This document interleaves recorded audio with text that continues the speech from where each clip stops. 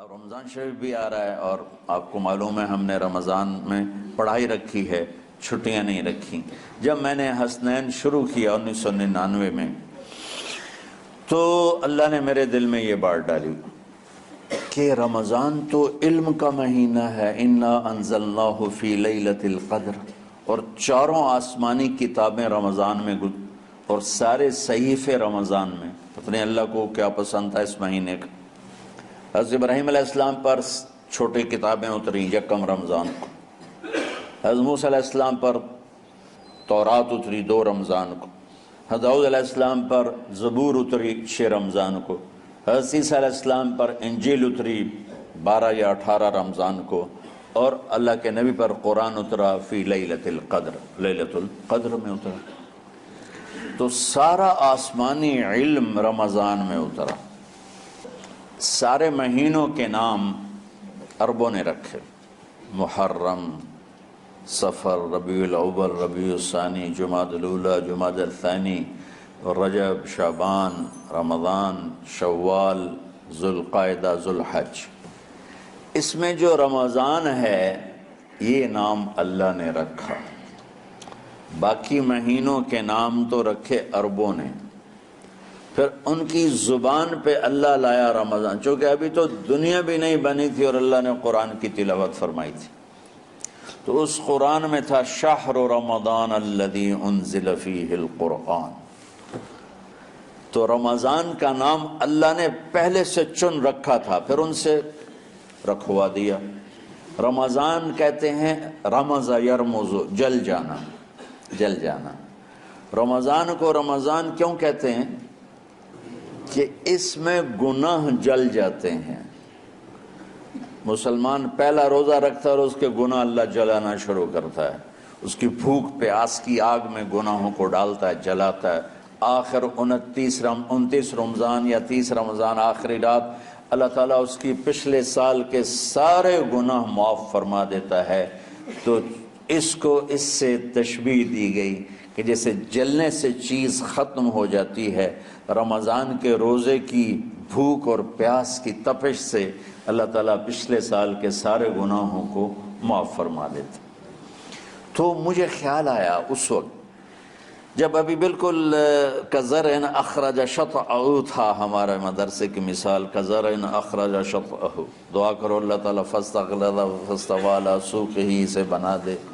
امید تو ہے کہ کچھ شکل اللہ نے بنا دی، اللہ اسے پوری دنیا میں پھیلا دے۔ میری تو تمنا ہے کہ ایک ایسی مثبت سوچ کے علماء کے اللہ میرے ذریعے سے تیار کروا دے جو امت کو جوڑنے والے ہوں، توڑنے والے نہ ہوں۔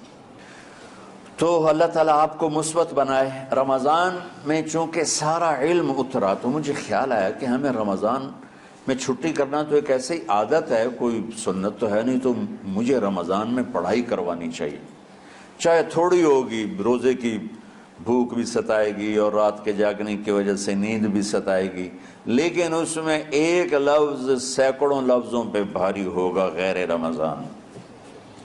تو میں کراچی گیا اور مفتی تقی صاحب دامت برکاتہم سے سب سے پہلے جا کے مشورہ کیا کہ حضرت میں چاہتا ہوں کہ رمضان میں چھٹی نہ ہو، پڑھائی ہو۔ اس وقت رمضان سردیوں میں تھا، تو وہ بڑے خوش ہوئے، کہنے لگے یہ تو بہت اچھی بات۔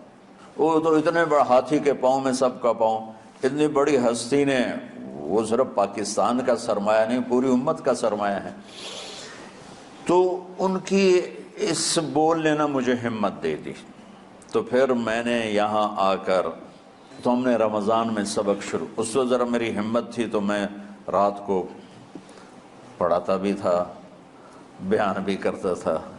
تو ہم نے رمضان میں شروع کی کہ یہ رحمتوں کا مہینہ، ہر چیز کی برکت کا مہینہ، ہر شے کی اللہ کی طرف سے فراوانی اس میں ہے، علم کی بھی، ہدایت کی بھی، رزق کی بھی۔ غریب سے غریب آدمی بھی سموسے بنا کے بیٹھا ہوتا ہے، پکوڑے بنا کے بیٹھا ہوتا ہے، اور دسترخوان پہ ایک کی بجائے 3 چیزیں پڑی ہوتی ہیں۔ چاہے رمضان کے بعد سب کے پیٹ خراب ہوں، ایک باری تو کھانے دی تباہی پھیر دیں۔ روزے کا مقصد ہی فوت ہو جاتا ہے۔ روزہ تو ہوتا ہے بھوک کے لیے، پر وہ اتنا کھاتے ہیں کہ سحری کا کھانا افطاری تک ہضم نہیں ہوتا، اور افطاری کا کھانا سحری تک ہضم نہیں ہوتا، پر نہ تن کا ہی کھاونا ہے۔ کہتا بھوک نہ لگے، بھوک نہ لگے۔ وہ بھوک لگنے کے لیے تو روزہ ہے کہ ایک تو یہ جسم کو صاف کرتا ہے، دوسرا غریبوں کی غربت کا احساس پیدا کرتا ہے کہ جو بھوک تو آج برداشت کرتا ہے، غریب روزانہ یہ بھوک برداشت کرتا ہے۔ تو اللہ کے غریبوں کا، غریب بندوں کو کی خدمت کر، ان تک اپنے مال پہنچا، اپنا اللہ نے دیا ہے تو ان کو بھی اس میں شریک کر، قبر میں لے جائے گا۔ تو اللہ تعالیٰ نے میرے دل میں یہ ڈالا تو ہم نے تعلیم رمضان میں شروع کی، کیونکہ قرآن رمضان میں اترا، انجیل رمضان میں اتری، زبور رمضان میں اتری، تورات رمضان میں اتری، تو پھر اللہ نے اس مہینے کا نام خود رکھا شہر رمضان، شہر رمضان۔ اس میں شب قدر رکھی، اس میں رات کی ایک نماز۔ اچھا، پہلی امتوں پہ روزہ فرض تھا افطاری سے افطاری، افطاری سے افطاری، بہت شدید تھا، 24 گھنٹے کا روزہ۔ بس افطاری کے بعد آنکھ لگ جاتی تو روزہ اگلا شروع ہو جاتا تھا۔ تو ہم پر بھی پہلے ایسے ہی روزہ اترا، افطاری سے افطاری۔ تو ابن سرمہ رضی اللہ تعالی عنہ اونٹ چرانے والے تھے، وہ شام کو لوٹے تو بیوی سے پوچھا کوئی افطاری کا سامان ہے؟ انہوں نے کہا ہے تو نہیں، میں کہیں سے لے آتی ہوں۔ وہ گئیں افطاری کا کوئی سامان لینے، ان کو تھوڑی دیر ہو گئی اور ان کی آنکھ لگ گئی، تھکے ہوئے تھے، سورج ڈوب گیا۔ جب وہ آئیں تو ان کا ہائے سرمہ تو ہلاک ہو گیا۔ کہ کیا ہوا؟ کہ اگلا روزہ شروع ہو گیا کیونکہ تیری آنکھ لگ گئی۔ تو انہوں نے کہا چلو کوئی بات نہیں، لیکن ظہر کے وقت بے ہوش ہو گئے۔ ایک روایت میں آتا ہے نماز پڑھنے آئے اور گر گئے، اور ایک میں آتا ہے گھر میں بے ہوش ہوئے۔ تو جو بھی صورتحال تھی اللہ کے نبی کو پتہ چلا۔ کیا ہوا سرمہ کو؟ کہا جی وہ افطاری کر نہیں سکے تو روزہ شروع ہو گیا تو بے ہوش ہو گئے۔ تو اللہ کے نبی رنجیدہ ہوئے، تو اللہ تعالیٰ نے قرآن اتار دیا، چلو میرے محبوب ساری رات کھاؤ حتیٰ یتبین لکم الخیط الابیض من الخیط الاسود من الفجر، کہ میرے محبوب صبح صادق تک آپ کی امت کو اجازت ہے، کھاؤ۔ پہلی امتوں پر افطاری سے افطاری، لیکن ان کی نماز تراویح نہیں تھی۔ تو ہمیں اللہ تعالیٰ نے دیا سحری تک، پوری رات۔ اچھا، ایک صحابی آئے، یا رسول اللہ میں تو مارا گیا۔ آپ نے کہا کیا ہوا؟ کہا میرا روزہ تھا، میں بیوی کے پاس چلا گیا۔ آپ نے کہا تو پھر تو غلام آزاد کر، کفارہ دے۔ کہا جی میں تو خود غریب آدمی ہوں، غلام کہاں سے آزاد کروں، خریدنا پڑے گا۔ آپ نے کہا 60 مسکینوں کو کھانا کھلا۔ کہ میں آپ مسکین ہیں، میں کینوں کھانا کھلاؤں؟ آپ نے فرمایا پھر آخری ہے کہ 60 روزے رکھ، مسلسل رکھنے ہوتے ہیں جو کفارے کے ہوتے ہیں۔ وہ کہنے لگا ایک روزے چاہے کم کیتا ہے،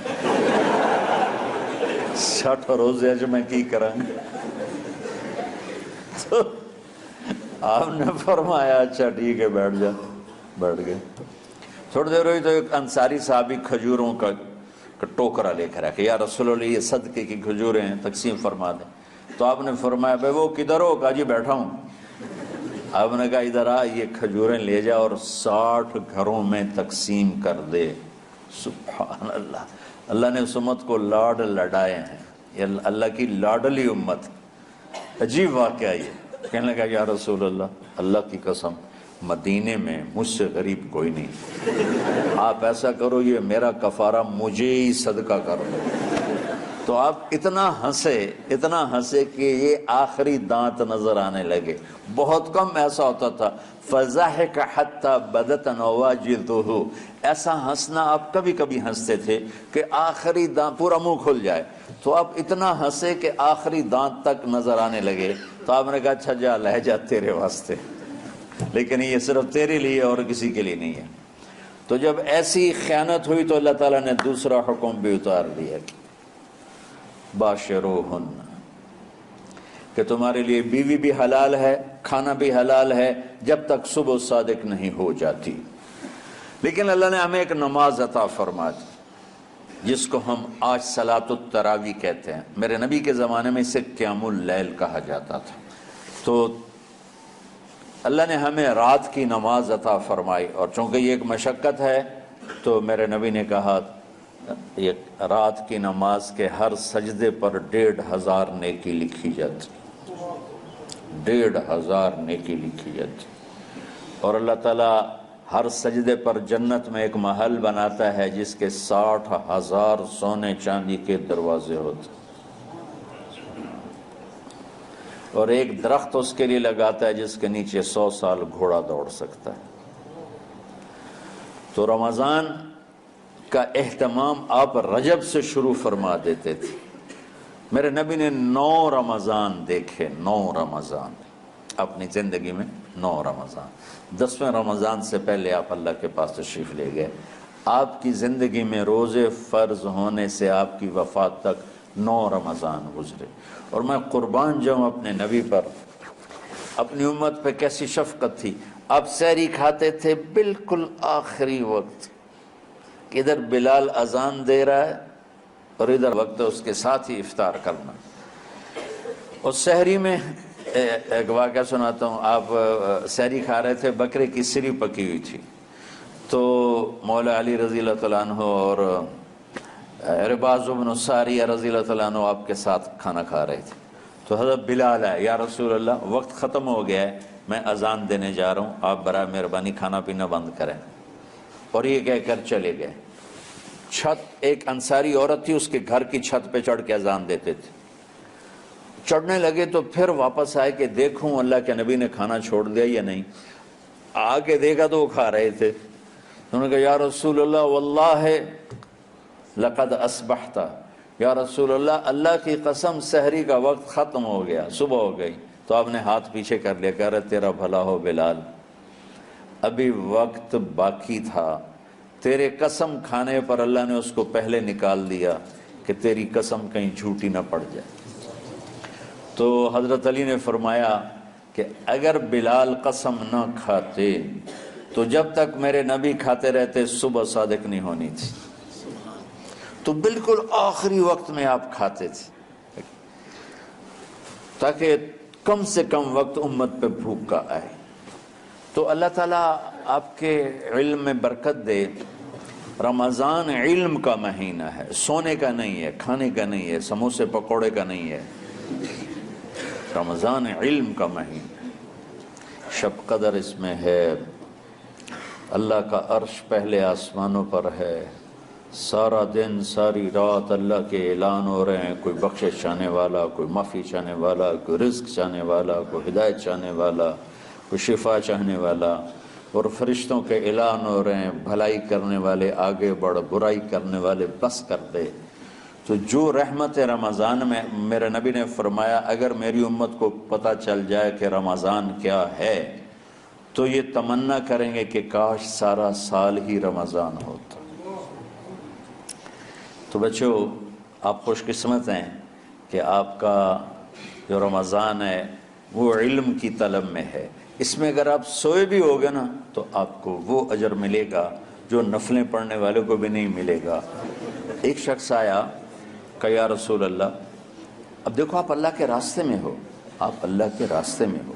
ایک شخص آیا، یا رسول اللہ کیا میں کچھ مال خرچ کر کے اللہ کے راستے میں جانے والے کا اجر لے سکتا ہوں؟ آپ نے فرمایا کتنے تیرے پاس؟ کہنے لگا جی 6000۔ اس دور میں 6000 بہت بڑی دولت تھی۔ تو آپ نے اسے فرمایا کہ تو 6000 تو کچھ کہہ رہا ہے اور میں یہ کہہ رہا ہوں تو سارے بھی خرچ کر دے تو جو اللہ کے راستے میں سویا ہوا ہے اس کی نیند کے اجر کو بھی نہیں پا سکتے۔ تو آپ سب اللہ کے راستے میں، اب طلب علم میں